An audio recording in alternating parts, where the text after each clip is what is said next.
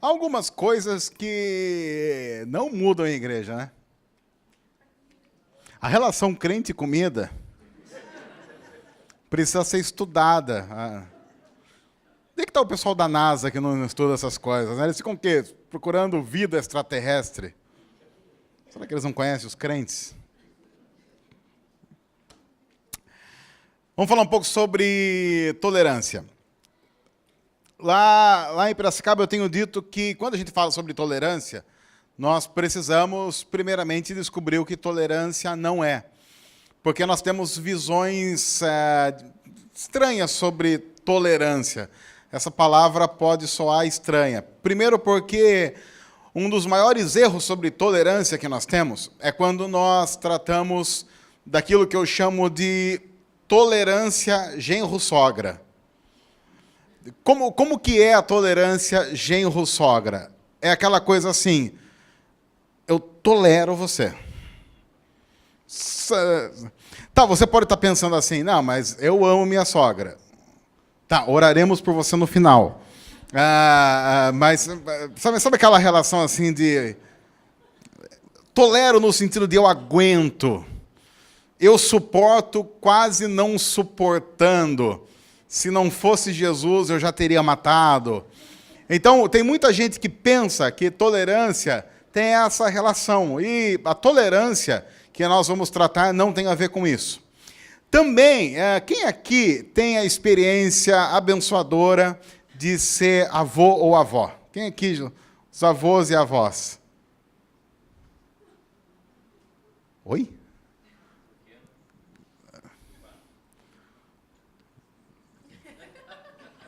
Você entendeu o que é ser avô e vó, né? É assim, neto, no caso.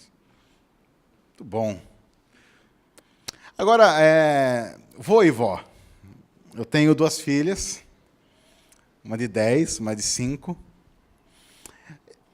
O Ivan Lins diz que ser avô é aparecer no paraíso. Se ser mãe é padecer no paraíso, ser avô é aparecer no paraíso. Você vai, faz tudo o que vocês proibiram os filhos de fazer. E às vezes eu vejo a minha mãe e meu pai fazendo algo com as minhas filhas. Assim, eu olho para aquilo e eu vejo meus pais fazendo e eu penso, quando eu fiz isso em casa, eu apanhei. E eles estão ensinando minha filha a fazer. Eu achei isso estranho a primeira vez, estranho a segunda vez. Na terceira vez eu fui falar com a minha mãe. Eu falei, mãe, tá errado isso daí. Mas por que está errado? Eu falei, mãe, porque quando eu fazia isso em casa, você batia em mim. Ela olhou e falou, estava errada. Desculpa. Eu falei, não, mãe, você não estava errado, você estava certa. Não, estava errada sim. Você não estava errada. Ela olhou e falou assim, então se eu estava errado, eu vou fazer errado. Porque eu vou fazer. O meu pai, por exemplo, já chegou para mim e falou assim, olha, já vou avisar uma coisa. Eu não vou falar não para suas filhas. Já aviso já. Não vou falar não. Vou falar sim, o não fica para você. Se alguém tem que ser vilão nessa história, que seja o pai e a mãe.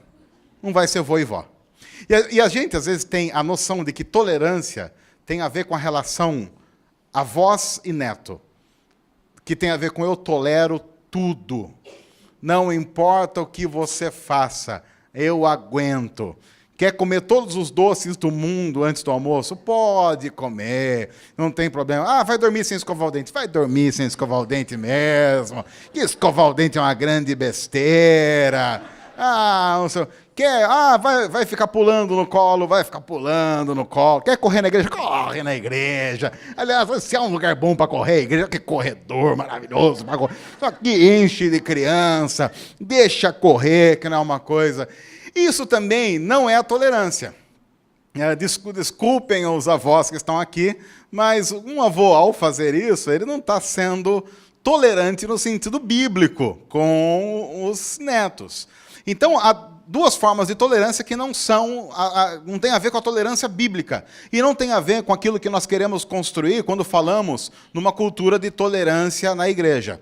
Então, não tem a ver com suportar e tolerar o outro, e não tem a ver com, não importa o que ele faça. vai ficar tudo bem no final. Não é assim. Claro que quando se fala em intolerância, nós não vamos ler esse texto, nós vamos ler um outro texto, mas esse texto é muito citado, que é o texto da mulher adúltera.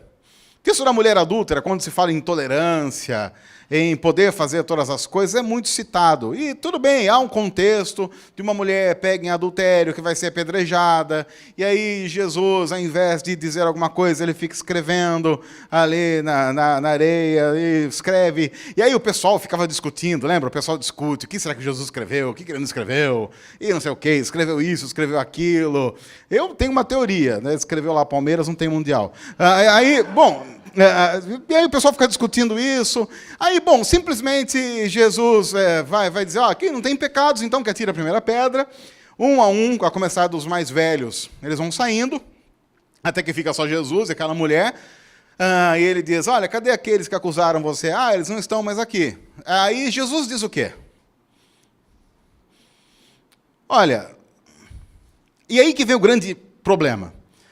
Porque o que eles queriam? Apedrejar a mulher. Sentença de morte. O que Jesus disse para aquela mulher? Quando todos tinham saído. Cadê aqueles que estavam te condenando? Condenando a quê? A morte. Apedrejamento. Jesus diz o quê? Eu também não te condeno. Aí o pessoal diz assim, tá vendo? Olha aí, não tem problema. Porque Jesus disse para uma mulher adúltera que ele não a condenava. Não foi isso que Jesus disse.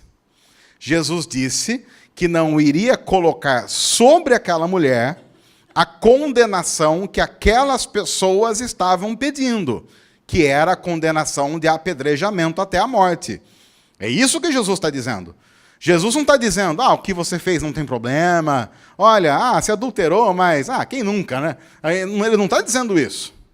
E quando se fala em intolerância na igreja, esse texto é muito citado, dizendo, mas se nem Jesus condenou a mulher adúltera, então nós também não temos o direito de fazê-lo. Não, ele não condenou-a à morte por apedrejamento. Mas ele diz isso falando, nem eu te condeno, vá e não peques mais, porque o que você fez é pecado. Olha que interessante que Jesus está trabalhando. Ele não está dizendo, não houve problema. Ele está dizendo, há um problema, essa mulher pecou. E ela precisa, inclusive, mudar o seu estilo de vida, de uma tal forma que ela tenha a capacidade de voltar para casa e não pecar mais. Claro que Jesus não está dizendo em uma mulher que não vai mais praticar nenhum tipo de pecado, não vai mais pecar na vida.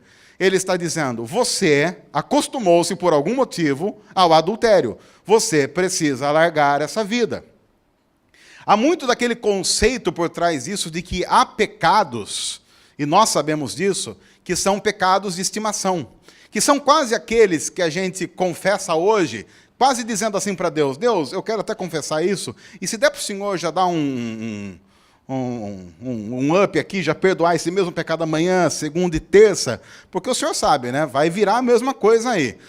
Quando a gente diz, Senhor, perdoa a multidão dos pecados, geralmente é aquele mesmo que a gente praticou várias vezes, porque são aqueles pecados de estimação que a gente tem. Quando se fala em intolerância, então nós precisamos compreender que nós não estamos falando de um Deus que, por causa da nossa cultura, tornou-se um avô, e que não importa o que você faça, no final, ele vai dizer que não teve importância, que está tudo bem, que é assim mesmo. Não, não é isso. Tanto não é assim, e tanto o pecado tem um peso enorme, como nós vimos na primeira sessão, que Jesus envia o seu Filho para morrer em nosso lugar por causa dos nossos pecados. O nosso pecado tem um preço absurdo. Nós não pagamos mais o preço e a penalidade do nosso pecado porque alguém fez isso.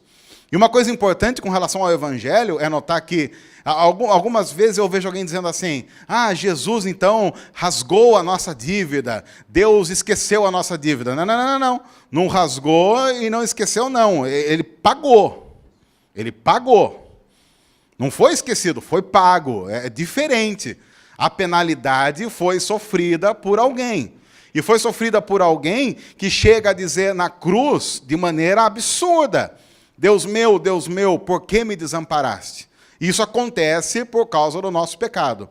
Então, quando nós falamos, então, de tolerância no sentido bíblico, nós precisamos compreender que a tolerância não passa por esses dois processos, de você tolerar a duras penas e nem de tolerar qualquer coisa, porque no fim nada tem problema. Não, nós precisamos ter um equilíbrio para reconhecer o que a Bíblia diz sobre isso. Estou dizendo isso agora porque, e o que eu estou dizendo agora, tem como pano de fundo tudo que nós falamos na primeira sessão, da autenticidade, e uma igreja autêntica, a meu ver, uma igreja autêntica automaticamente vai ser uma igreja tolerante no sentido bíblico, que é uma igreja que não tolera o pecado, mas que não condena à morte o pecador. Assim como Jesus fez com a mulher adúltera. Eu sei, e a gente precisa ser muito claro com relação a isso, eu sei que essa linha é muito tênue, porque nós temos a tendência de odiar o pecador muito por causa da projeção que nós fazemos. Deixa eu explicar isso. A pessoa com quem eu briguei muito na adolescência, por uma série de fatores, foi meu pai. Com meu pai, assim, a gente teve muito assim, aquela coisa. E havia muita coisa no meu pai que eu não gostava. Sabe aquela coisa que o pai faz e aquilo pega, fere você? Bom, aí eu casei. Casei lá, no ano de 2000, não sei o quê. Aí não deu outra. O que você acha que aconteceu comigo? Naturalmente, sem nenhum esforço, eu fui me tornando o meu pai. De uma tal forma que várias vezes a Débora dizia assim, meu pai, eu sou Júnior, meu pai se chama Zé Marcos, o pessoal chama ele de Marcão. Várias vezes a Débora olhava para mim e falava assim, Marcão. E eu olhava para mim e falava, mas não é que é mesmo? Aí eu compreendi que quando eu brigava com meu pai, eu não estava brigando com meu pai. Eu estava brigando comigo mesmo nele. Que é mais ou menos assim, dois nessa casa cometendo o mesmo tipo de pecado, não dá. Dá para pecar diferente de mim? Porque eu não vou aguentar, além de ter que tratar com esse pecado em mim, ter que tratar com esse pecado em outro, vivendo comigo. Como é que Deus resolve essa crise para a gente trabalhar isso bem? Vai dando filho para a gente. Porque aí você vai ter que tratar isso. Porque um filho vai pecar igual você. Vai ter o jeito seu, vai dar aquela coisa, vai falar, esse menino, essa menina. Eu tenho 2 filhas. Está gravando, elas não assistem internet ainda. Então, se elas virem isso daqui 10 anos, sei lá, já vão estar fazendo terapia. A minha filha mais velha é muito parecida comigo, muito. Ela é muito parecida comigo em quase tudo. E tem algumas coisas que ela faz assim, que por ela ser muito parecida comigo, me irritam muito. Assim, porque eu já tenho que lidar com isso, comigo mesmo. E aí ter que lidar com ela. E a minha menor, ela é totalmente diferente de mim. Assim, ela é muito diferente. Tanto é que quando ela faz algumas peraltices, qual é a minha tendência? Achar engraçado. Eu acho, que essa menina. Mas viu? Essa puxou a mãe. Claro que eu falo. E a mãe faz o quê? A mãe quer morrer. Por quê? Porque é muito dela na filha mais nova. Estou dizendo tudo isso porque, sim, muito da intolerância vivida na igreja tem muito mais a ver com o fato de eu não lidar com os meus pecados e me preocupar com esses mesmos pecados na vida do outro. Isso faz com que, inclusive, por causa disso, a gente corra o risco de gerar uma cultura de hipocrisia, que é eu condenar veementemente no outro o pecado que está escondido em mim. E, para mim, há um texto que nós precisamos não apenas ler e estudar, mas colocar em prática com todos os riscos que esse texto traz. E já vou dizer desde já, Como qualquer texto das Escrituras, se colocado em prática, vai em algum momento prejudicar você. Ah, você está dizendo que a Bíblia é ruim? Não, eu não estou dizendo que ela é ruim. Estou dizendo que ela prejudica a cada um de nós com relação aos nossos pecados e aos nossos vícios. Porque eu sempre digo que a vontade de Deus é conveniente para nós como um soco no estômago. Porque ela vem para nos quebrar e construir em nós quem Cristo é, e não quem nós queremos ser. Quem nós queremos ser, pouco importa. Importa quem Cristo quer que sejamos. E geralmente Cristo quer que sejamos o oposto daquilo que nós queremos ser. Vamos falar bem a verdade. Então esse é um daqueles textos que, se a gente colocar em prática na vida da igreja, vai dar rolo. Vai dar muito rolo. Mas eu acho que, na verdade, só vai fazer aflorar o que está escondido. E numa cultura de autenticidade e tolerância, o que nós precisamos é fazer aflorar o que está escondido. Eu digo, tirando sarro lá na igreja, que uma coisa que a igreja precisa fazer é ensinar os seus membros a sair do armário. E aí, quando eu falo isso, o pessoal fala, mas que horror. Eu falo assim, gente, eu como pastor, não tenho como tratar pastoralmente gente escondida no armário. A gente só tem como tratar pastoralmente aquilo que é confessado. E é por isso que tem que haver confissão de lá e de cá.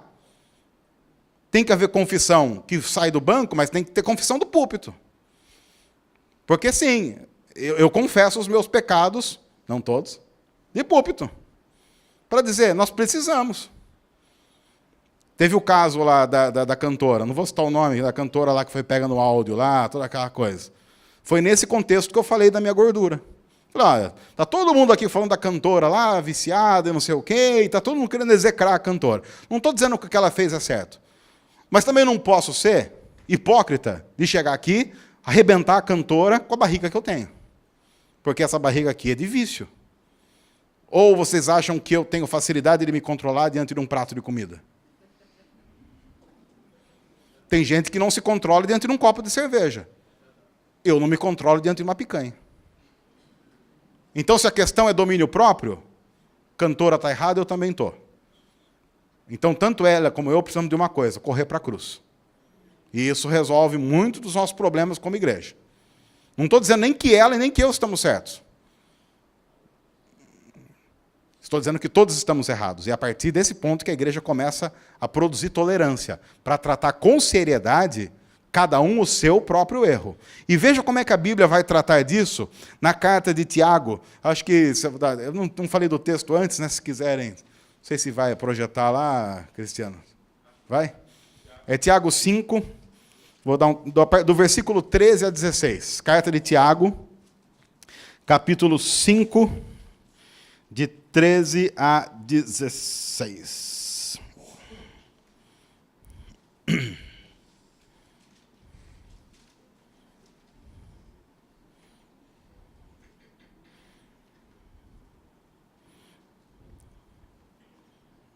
Vamos lá.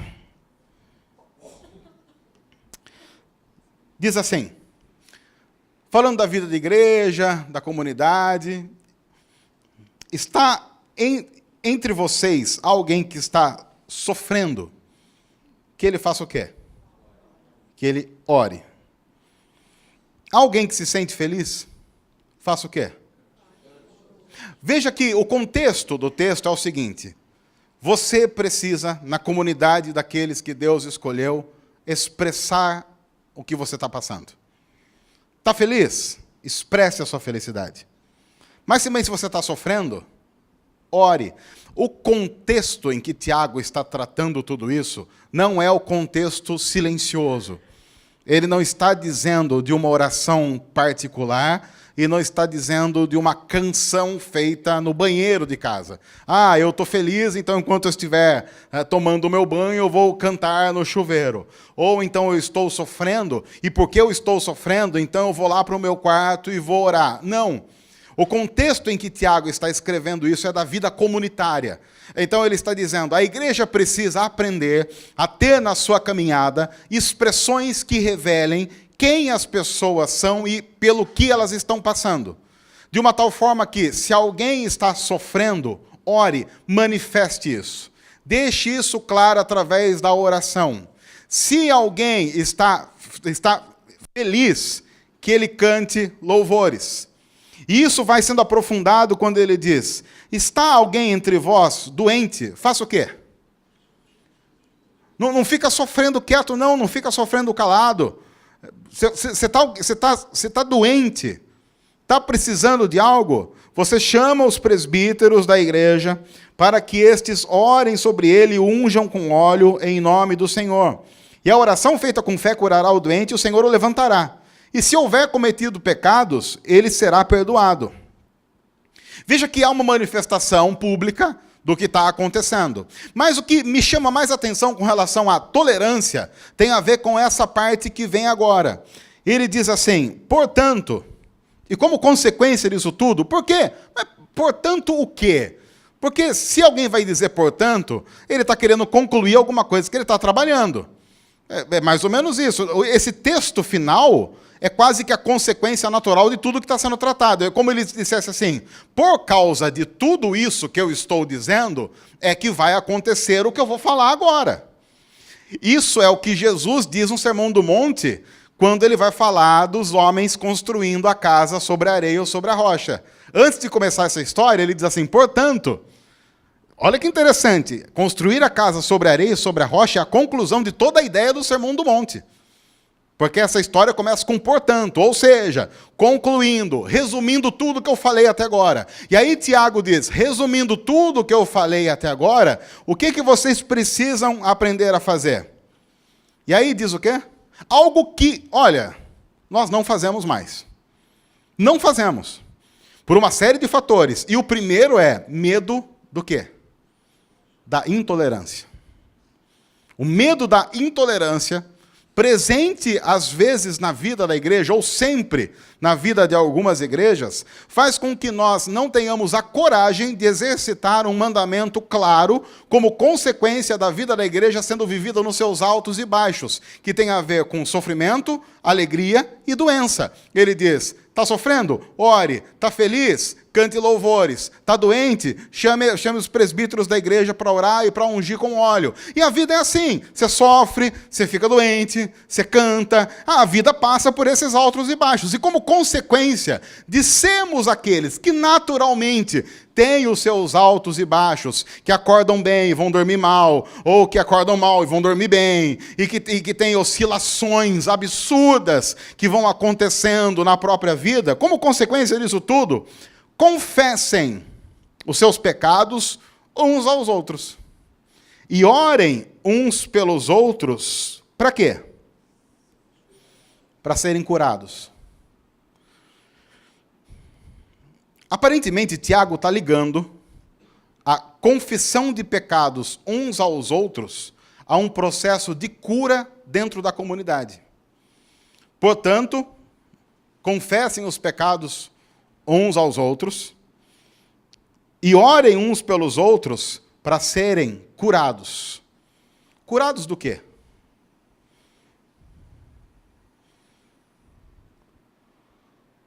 Do pecado, porque é disso que ele está falando. A tendência é que a gente, ao olhar esse texto, a gente isola o texto, tira ele de tudo que está em volta e faz uma leitura errada. Então a gente pensa assim: então a gente tem que confessar pecados e orar pelos doentes. Não! Essa é uma conclusão dizendo: você vai confessar os pecados e vai orar para que e isso vai fazer com que todos sejam curados da doença ruim que tem a ver com o pecado não confessado e não revelado, que se não sai do armário não tem como gerar cura, porque não tem como ser tratado no seio da comunidade, daqueles que descobriram que fazem parte dos 500 e que precisam amar a Deus de uma tal forma que só o farão na confissão, assumindo quem são e se entregando plenamente ao Cordeiro.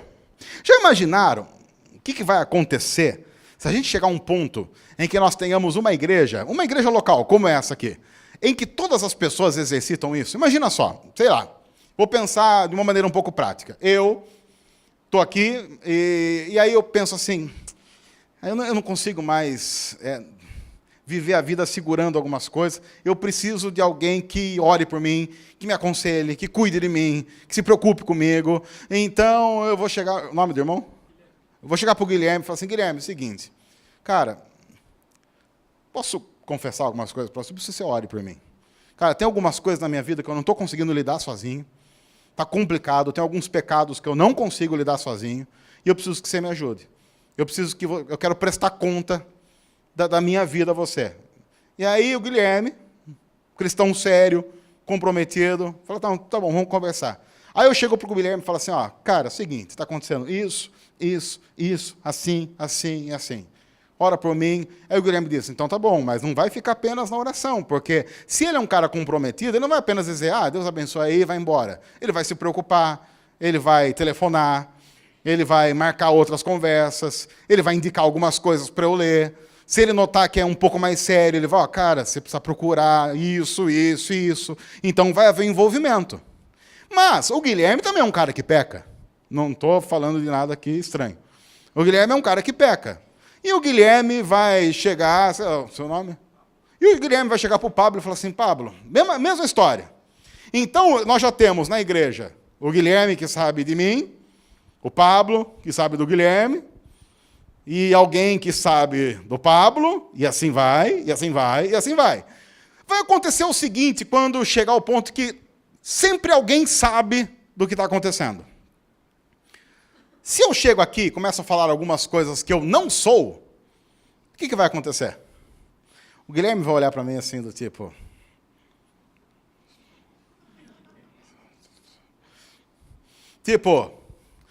Estava orando 3 horas ontem, Guilherme. 2 horas e meia. Nem orei ontem. Olha, nem orei ontem. Ontem foi difícil, não orei mesmo. Mas também, se o Guilherme começar a querer se mostrar, o Pablo vai fazer uma coisa. Opa, dá licença. Ô, Guilherme, não dá. Se chegar ao ponto da igreja toda seguindo o mandamento bíblico, vai chegar uma hora que ninguém vai poder falar ou agir como não sendo o que é de verdade, porque vai ter sempre alguém olhando, não com olhar condenatório, com aquele olhar de quem vai cuidar com responsabilidade.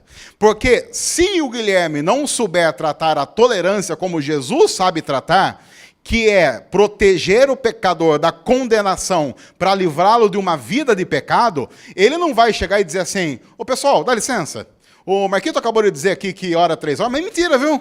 Mentira, porque ontem ele estava falando comigo aqui, e ele falou isso. Ou então ele vai mandar um e-mail pedindo oração, porque o Marquito é muito mentiroso. Não, ele vai fazer isso o quê? Marquito, chega aqui.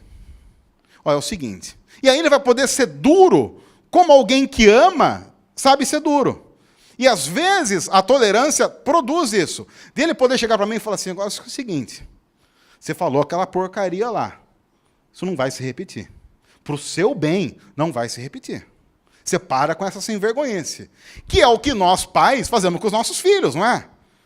Uma das grandes manifestações de amor que nós temos com os nossos filhos é de sermos duros. Inclusive, naqueles momentos em que a gente olha e fala assim, foi muito engraçado o que ele fez.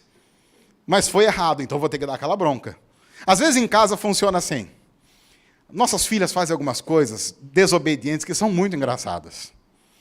E aí, assim, eu e a Débora, a gente entra num diálogo. Quem vai dar bronca? Quem não vai rir? Olha, eu agora estou em condições de não rir, então vai você. Eu fico na retaguarda. É sério, porque, às vezes, você olha que não é possível que ele tenha feito isso. Mas foi uma arte tão bem feita que você ri. Mas aí você vai dar bronca. Você fala assim, filha, senta aí. E a minha mais nova, ela fala assim, lá vem. 5 anos. E, às vezes, ela fala de um jeito que eu já falo assim, vou chamar a mamãe. Chamar a mamãe é a senha do tipo, Débora, eu vou rir, vem rápido. E ela faz a cobertura. E a gente fica fazendo, mas na frente é aquela dureza, você não vai mais fazer isso. Se fizer isso, você vai ficar de castigo. E é interessante como funciona castigo para filho. Porque a gente põe o filho no castigo e a gente fala assim, vai ficar meia hora sentado aí. E ela senta. Passa 15 minutos, o que você pensa?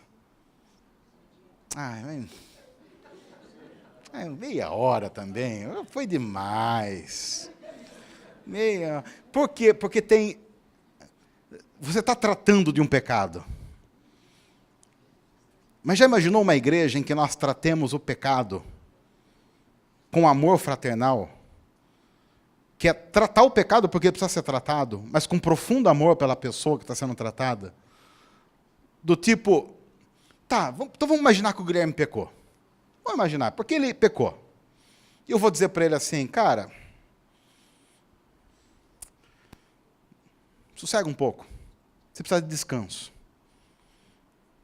E aí no próximo domingo eu vou chegar aqui, eu vou ver o Guilherme sentado assim com aquela cara de, caramba, eu sei o que eu fiz. Há duas formas de tratar isso. A primeira é a forma tradicional. A forma tradicional faz aquela com que olha para minha esposa e fala assim, viu? Bem feito. Olha aí, ó. Tá vendo só? Olha o que aconteceu. E a vida da igreja vai ser aquela vida em que nós teremos o prazer mórbido, pecaminoso e demoníaco de ver a tristeza estampada no rosto do Guilherme. Ou nós podemos agir como aqueles que amam, que vão chegar e vão dizer assim, cara, a gente sabe o que está acontecendo, mas eu posso te dar meu abraço, porque te ver assim está me matando. Porque eu não consigo ver sofrendo alguém que faz parte da minha carne. Não dá, eu não engulo isso. A tolerância da igreja tem a ver com essa linha tênue, em que eu não vou passar a mão dizendo não tem problema. Mas, mesmo tratando o pecado com seriedade, como a tolerância cristã pede que seja feito, eu vou fazer isso com um profundo amor cristão. Daquele que vai dizer para o Guilherme, ninguém aqui vai apedrejar você. Mas, cara, sai dessa vida de pecado. Há um outro texto que trabalha isso de uma maneira muito interessante, que é o texto de Colossenses 3. Colossenses 3, a partir do versículo 1. Acho que vai ser aí projetado para a gente. Deixa eu abrir aqui. Vamos lá.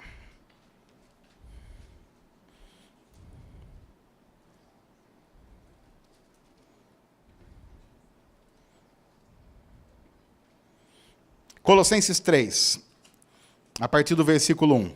Nós não vamos nos deter nos detalhes desse texto, a gente não tem tempo para isso, mas é um bom texto para você ler em casa. Mas eu gosto como Paulo vai tratando e vai trabalhando algumas coisas que vão ficar claras no final do texto. Ele diz assim, portanto, já que vocês ressuscitaram com Cristo, procurem as coisas que são do alto, onde Cristo está sentado à direita de Deus. Mantenham o pensamento nas coisas do alto e não nas coisas terrenas. Ou seja, ele está trabalhando conceitos espirituais muito básicos, falando sobre, basicamente, a santificação diária que todo cristão deve buscar. Faz parte da vida cristã. Pois vocês morreram, e agora a sua vida está escondida com Cristo em Deus. Quando Cristo, que é a sua vida, for manifestado, então vocês também serão manifestados com Ele em glória. Assim, façam morrer tudo o que pertence à natureza terrena de vocês. Mas uma coisa óbvia, ninguém vai discutir dizendo, não precisa. Paulo está dizendo, olha, há uma luta acontecendo e há algumas coisas que a gente precisa fazer morrer dentro de nós. Ou seja, imoralidade sexual, impureza, paixão, desejos maus e a ganância, que é a idolatria. É por causa dessas coisas que vem a ira de Deus sobre os que vivem na desobediência. Sim, vem a ira de Deus sobre os que vivem na desobediência, ninguém está negando isso. As quais vocês praticaram no passado, quando costumavam viver nelas. Mas agora, abandonem todas essas coisas. Paulo está sendo muito claro e fazendo um jogo de palavras interessante. Ele diz, vocês costumavam viver nelas, mas há algumas coisas que ainda vocês precisam abandonar. Agora, então, abandonem todas essas coisas. Ira, indignação, maldade, maledicência e linguagem indecente no falar. Não mintam uns aos outros, visto que vocês já se despiram do velho homem com suas práticas, e se revestiram do novo, o qual está sendo renovado em conhecimento à imagem do seu Criador. Nessa nova vida já não há diferença entre grego, judeu, circunciso, incircunciso, bárbaro e cita, escravo e livre, mas Cristo é tudo e está em todos. Portanto, como povo escolhido de Deus, santo e amado, revistam-se de... Até agora ele está falando do quê? De um monte de besteira acontecendo no meio da igreja. Um monte de besteira. Olha, nova vida em Cristo, mas tem umas coisas aí que precisa abandonar, né, gente? Imoralidade, maledicência. Basicamente é sem vergonhice aí. Sem vergonhice aí tem que dar um jeito na sem vergonhice aí que tá complicado o negócio. E aí, de novo, ele diz, portanto, como a gente viu agora em vários textos, o portanto significa o quê? Ó, para concluir aí a ideia, é o seguinte, qual que é o ponto aqui? O ponto é, portanto, como povo escolhido de Deus, santo e amado, revistam-se do quê? Para vocês suportarem a vida em comunidade, onde essas coisas estão acontecendo e inevitavelmente em alguns momentos são latentes, pelo simples fato de ter gente no meio da igreja, vocês têm que se revestir de profunda compaixão, bondade, humildade, mansidão e paciência. Suportem-se uns aos outros. De novo, a ideia aqui não é de... A ideia é de suporte. Sabe uma parede que está caindo e você coloca uma escora? A ideia é a parede caindo e você coloca uma escora para que ela não caia. Essa é a ideia do suportar. Não é eu vou aguentar o cristiano. Não, eu vou suportar o cristiano. Eu sei que se o cristiano continuar do jeito que está, ele cai. Então eu vou ser um suporte, eu vou ser aquele que Deus vai colocar na vida dele para que ele não caia. Então suportem-se uns aos outros e perdoem as queixas que tiverem uns contra os outros. Perdoem como o Senhor lhes perdoou. Acima de tudo, porém, revistam-se do amor, que é o elo perfeito, que vai fazer com que vocês estejam sempre juntos. É o elo, é aquilo que vai fazer com que essas relações não sejam quebradas. Que a paz de Cristo seja o juiz em seus corações, visto que vocês foram chamados a viver em paz como membros de um só corpo, e sejam agradecidos. Habite ricamente em vocês a palavra de Cristo. Ensinem e aconselhem-se uns aos outros com toda a sabedoria, e cantem salmos, hinos e cânticos espirituais a Deus com gratidão no coração de vocês. Tudo o que fizerem, seja em palavra ou em ação, façam-no em nome do Senhor Jesus, dando por meio dele graças a Deus Pai.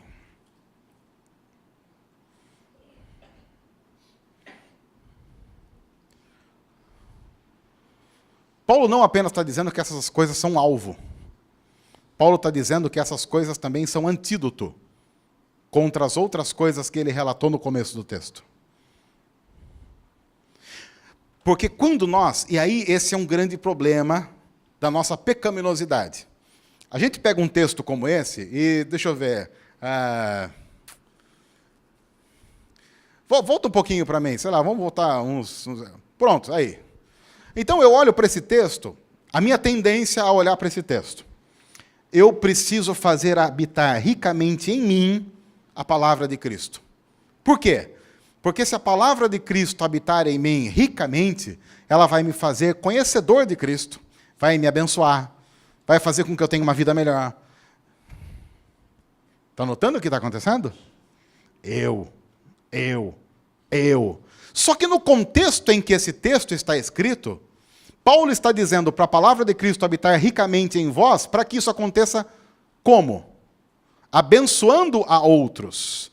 Não há nesse contexto nada... Vamos voltar um pouquinho de novo, pode voltar uma parte. Acima de tudo, revistam-se do amor. Ora, se eu vou me revestir do amor, é porque claramente Deus quer de mim que eu seja uma pessoa mais amorosa. E ser uma pessoa mais amorosa está longe, absurdamente longe de bem-estar. Porque quem ama está fazendo uma opção pelo não bem-estar. Porque o amor tem a ver com abrir-se de uma tal forma que você passa a ser ferido pelas pessoas mais próximas. Isso, infelizmente, é inerente ao amor. E a maior prova disso é a cruz. A cruz é a prova do maior amor e do maior ferimento de amor possível. Quando nós falamos de amor, é que nós falamos de um amor que tem a ver com Hollywood. E o amor de Hollywood não tem a ver com amor.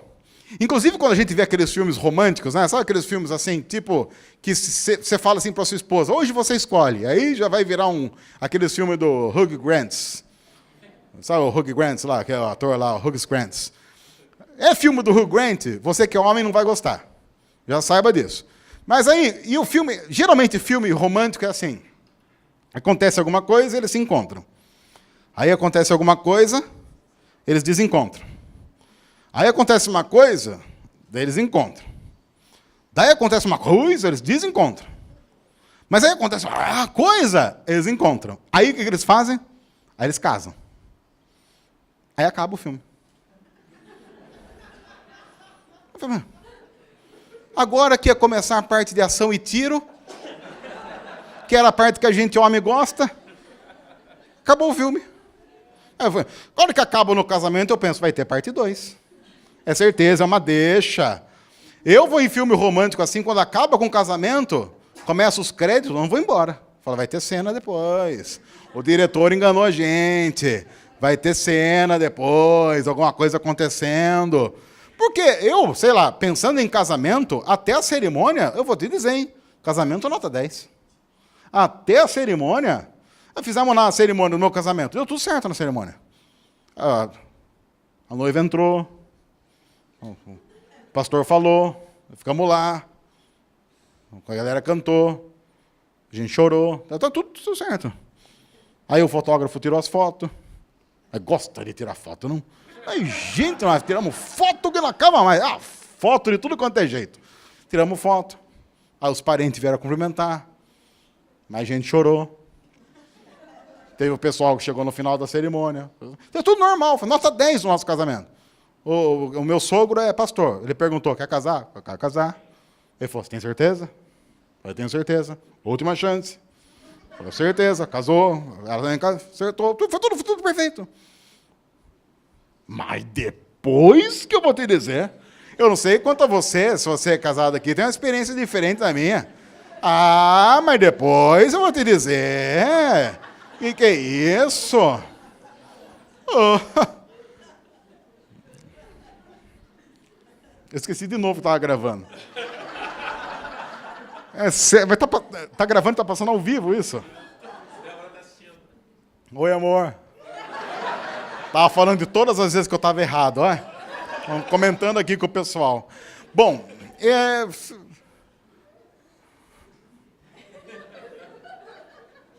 por que isso acontece? Porque no relacionamento diário, você ama e você se expõe.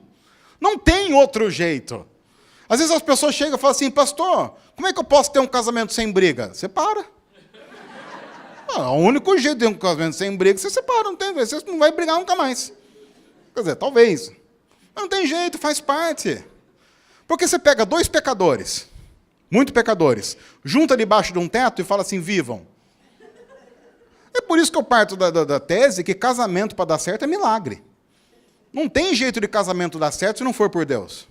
Não tem jeito. Porque são duas pessoas muito ruins se juntando para fazer outra gente ruim.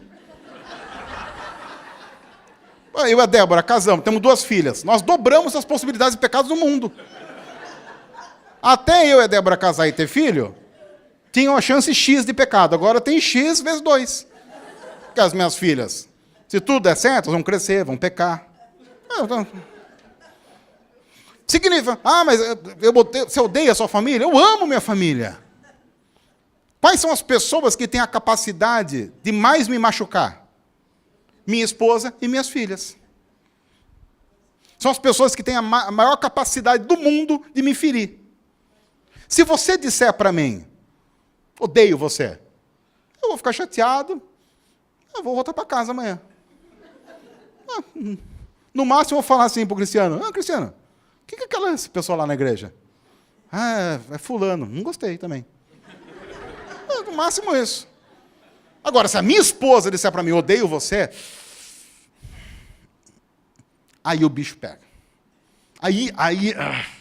Se a minha filha disser, papai, eu odeio você. Porque são as pessoas a quem eu me abri para o amor. Nenhuma dessas coisas que Paulo está falando, ele está falando, porque são coisas que vão abençoar você. Ele está dizendo, são coisas que vão abençoar a comunidade. E existindo em outras pessoas da comunidade que vai abençoar você. Porque na comunidade cristã, nós fazemos a troca das bênçãos do Senhor. Porque na comunidade cristã, nós não somos vaso, nós somos canal de bênção. O vaso retém, o canal faz com que isso vá se espalhando. Quando isso acontece, naturalmente nós somos tolerantes. Mas lembre-se que o contexto de tolerância tem a ver com não querer matar quem peca, mas conduzi-la para um caminho de volta para casa para que ela não peques mais. Vá e não peques mais. Agora, vamos pensar, voltar para o começo para terminar. Vamos pensar na mulher adúltera. Se Jesus está certo na história dos 500, o que aconteceu com aquela mulher? Ela amou demais. O que eu acho fantástico na história da mulher adúltera é que ela começa a história achando que amava um homem com quem ela adulterava. Assim começa a história. Ela achava que amava um homem com quem ela adulterava. E ela termina a história amando o homem. Amando o novo Adão. O que nós precisamos é nos despir dos nossos péssimos e velhos amores, péssimos e velhos preconceitos, para que o nosso amor irrestrito seja a Cristo. E quando o amor irrestrito é Cristo, que é o cabeça da igreja, o estômago não odeia o rim, que não odeia o fígado, e a mão para de brigar com o pé. Eles se toleram não porque se aguentam, ou não porque são obrigados, mas porque todos estão cooperando para que o cabeça seja glorificado. Numa cultura de autenticidade e tolerância, é assim que a igreja vive. E sempre que eu digo isso, alguém diz assim, você não acha que as pessoas aproveitarão isso para pecar? Eu digo o seguinte, o sem vergonha sempre arranja motivo para pecar. Seja ele qual for. O que a gente precisa pedir é que o sem vergonha se converta. Se há joio no meio do trigo, Jesus não deixou tirar o joio no meio do trigo, mas ele disse, eu vou fazer isso. Então, se você é joio no meio do trigo, talvez você consiga se esconder no seio da comunidade por um bom tempo. Porque talvez o pastor não saiba quem você é e ninguém saiba quem você é. Mas o dono da igreja sabe. O dono da igreja sabe. Isso gera temor. No entanto, para aqueles que amam a Cristo, fica valendo a máxima bíblica. No fim, quando a gente descobre todas essas coisas, o amor de Deus nos constrange. Eu, particularmente, não consigo olhar para o Evangelho e dizer, oba, liberou geral. Eu olho para o Evangelho e digo, Deus tem misericórdia de mim e me ajuda a te obedecer. Não porque eu quero agradar o Senhor já resolveu se agradar de mim. Mas eu quero ser aquela criança que, ao ver o sorriso do pai, quer abraçar o pai. Não para ganhar mais sorriso e não para ganhar um presente, mas porque o pai é pai. E isso basta. Isso basta. Porque se Cristo não é suficiente para a própria igreja, nada mais é. Não sobra nada. Não sobra absolutamente nada. Nem autenticidade, nem tolerância. Que o Senhor nos ajude a trilhar esse caminho. Para a glória dEle, para louvor dEle. Vamos orar. Deus, obrigado por Tua palavra, que constrange a nossa vida, transforma o nosso coração e move-nos em direção à cruz, que é onde nós queremos estar. Nós não queremos estar em nenhum lugar a não ser na cruz, vivendo todos os dias para a glória do Senhor. Guarda a nossa vida, conduza a nossa história, abençoa essa igreja, abençoa a Tua igreja, para que possamos viver todos os dias amando a Cristo acima de todas as coisas, na autenticidade e na tolerância que tem a ver com a Tua palavra. Nós pedimos isso em nome de Jesus. Amém e amém. Deus abençoe a todos. Muito obrigado pelo privilégio, pelo prazer de estar aqui com vocês. Amanhã volto para Piracicaba, então orem por nós lá. E se você aparecer em Piracicaba qualquer dia, está convidado a visitar a nossa igreja, comer a melhor pamonha do mundo, que fica lá em Piracicaba. Se há um goiano aqui, desculpa. Os goianos falam que é lá em Goiânia, mas não é, em Piracicaba.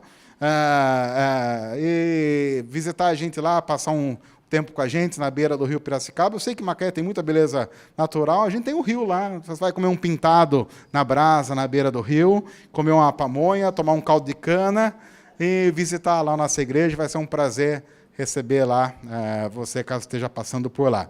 E eu quero terminar dizendo o seguinte, hein? Nessas estradas da vida, a gente nunca sabe o que vai acontecer, pode ser que a gente nunca não se veja mais, aí está voltando para Piracicaba, acontece alguma coisa, morreu, tem importância. Pode acontecer, vai que, né? Estamos aí sujeitos. Então a gente faz um trato aqui para me despedir de vocês. Quem chegar no céu primeiro, acende a churrasqueira, tá ok? Deus abençoe a todos, fiquem na paz.